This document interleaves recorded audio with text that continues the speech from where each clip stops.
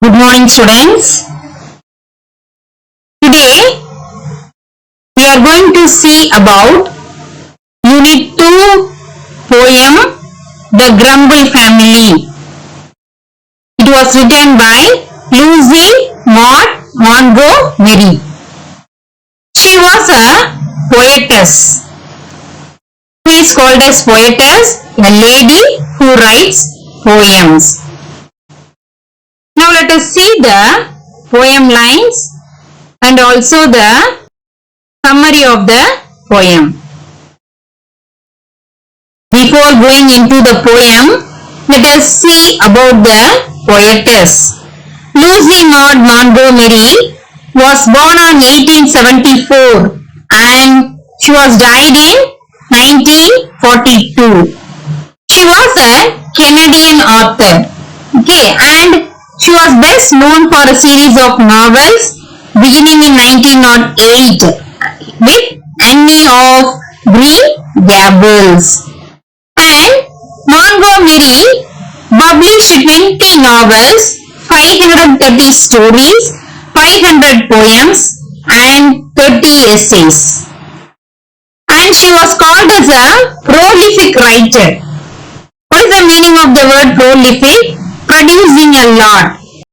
That is, producing a great number or amount of something. That is the meaning of the word prolific. Understand? Yes.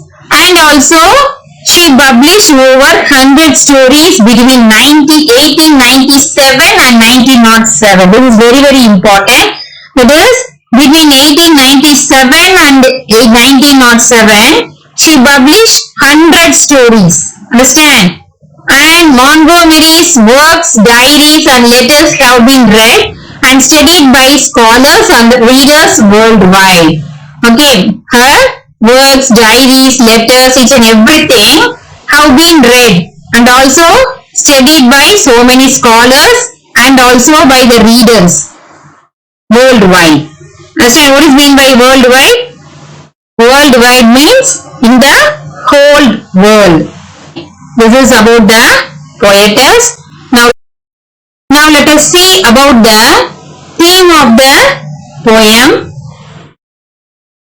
This poem, that is which was written by Lucy Maud Montgomery, gives a vivid picture of neighborhood scenes.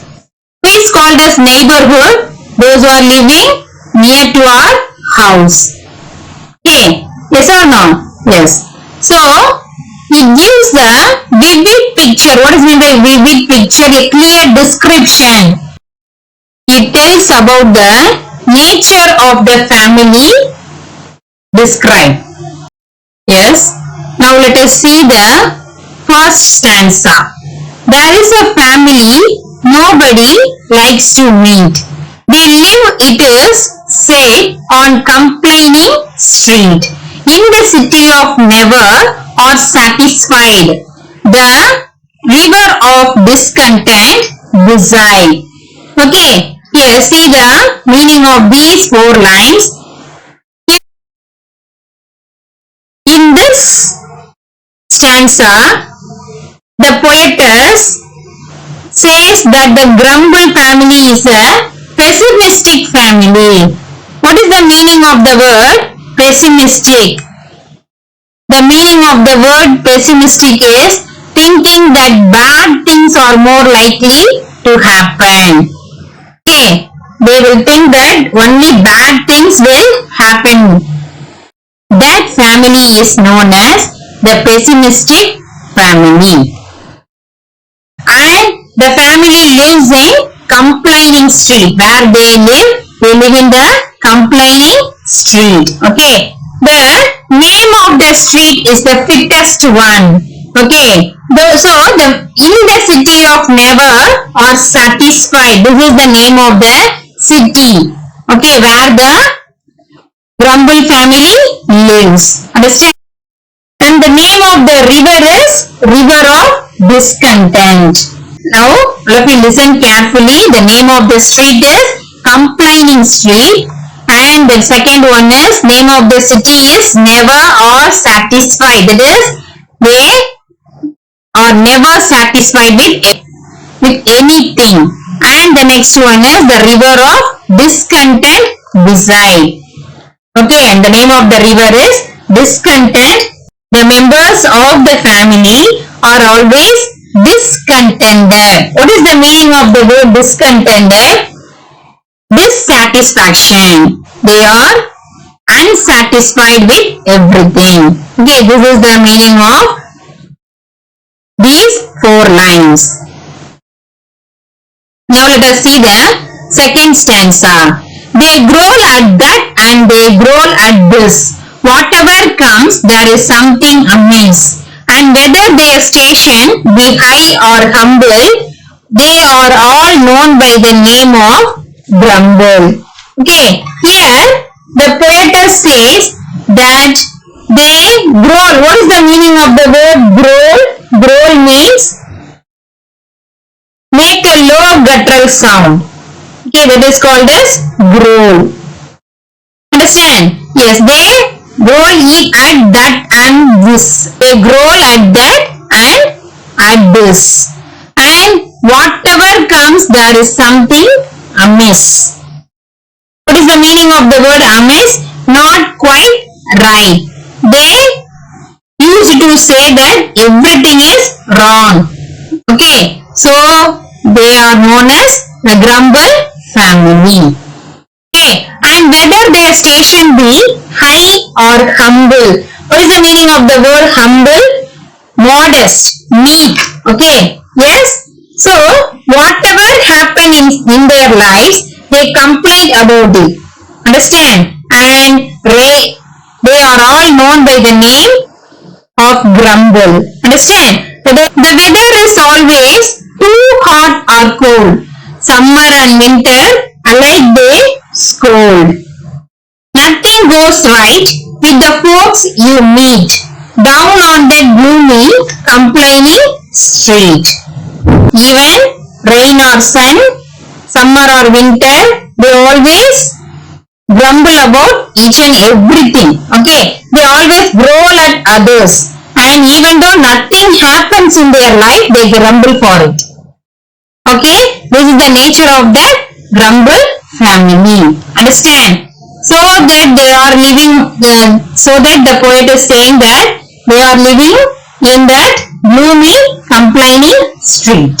Okay, the folks down the street, who are called as folks, people. Okay, the people who are all living in that complaining street are imperfect and always grumble others. Okay, here you can see the word gloomy. What is the meaning of the word gloomy? Unclear. This is the meaning of this third stanza. Okay. And the next one is, they growl at the rain and they growl at the sun. Okay, in fact, their growling is never done. And if everything pleased them, there isn't a doubt. They had growled that they had nothing to grumble about. Okay, again, they used to growl at the rain and as well as the sun. Okay. Yes, we already saw about that they grumble for each and everything. In fact, their growling is never done. This is very, very important. In fact, their growling is not end. Understand? And if everything pleased them, there isn't a doubt they had growled that they had nothing to grumble about. What is the meaning? If everything pleased them, they would growl that there was nothing to grumble. Understood? This is the meaning of these 2 lines. But the queerest thing is that not one of the same can be brought to acknowledge his family name. For never a grumbler will own that he is connected with it at all, you see. Here, the poetess says that The queerest thing. What is the queerest thing? What is the meaning of the word queerest?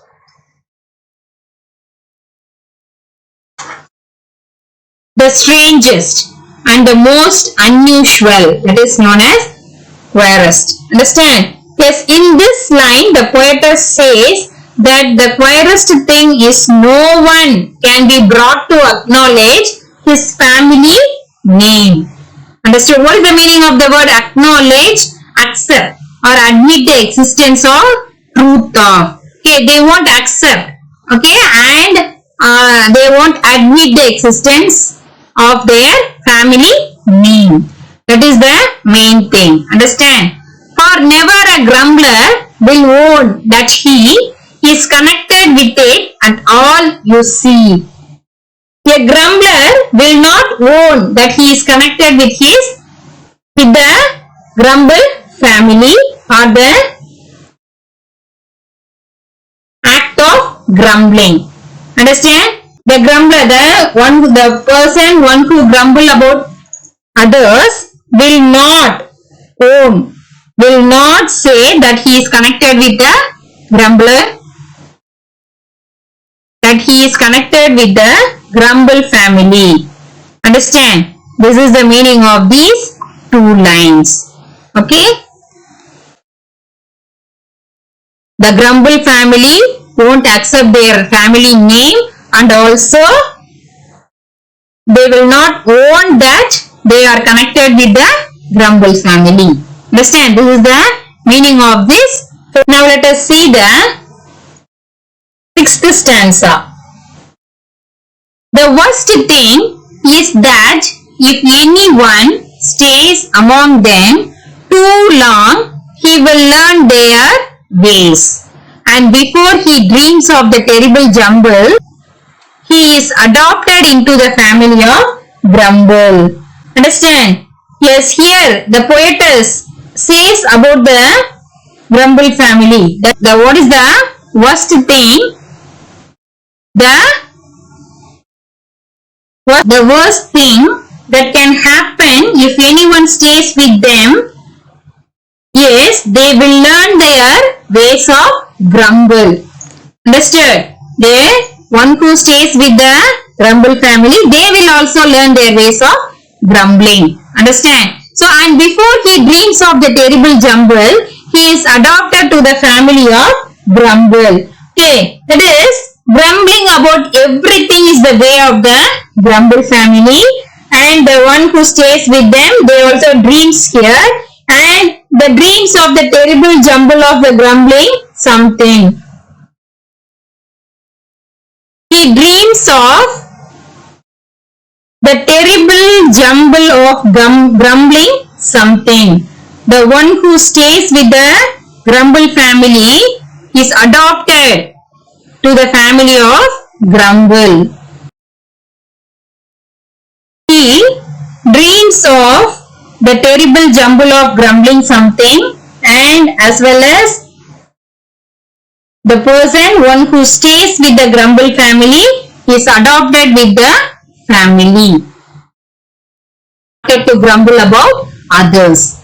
Okay, so the poetess wants us not to stay with the grumble. And see the next stanza. And so it were wisest to keep our feet from wandering into complaining street, and never to growl whatever we do, lest we be mistaken for grumblers too. In this stanza, the poetess wants to say the wisest thing. She suggests us about the wisest thing. That is to stay away from the grumble family. We have to stay away from the grumble family. Okay. And what is the next one? To keep our feet from wandering into complaining street. It is the phrase. Okay. This is the phrase given by the poetess that refers to not to enter the complaining street. We should not enter into the complaining street.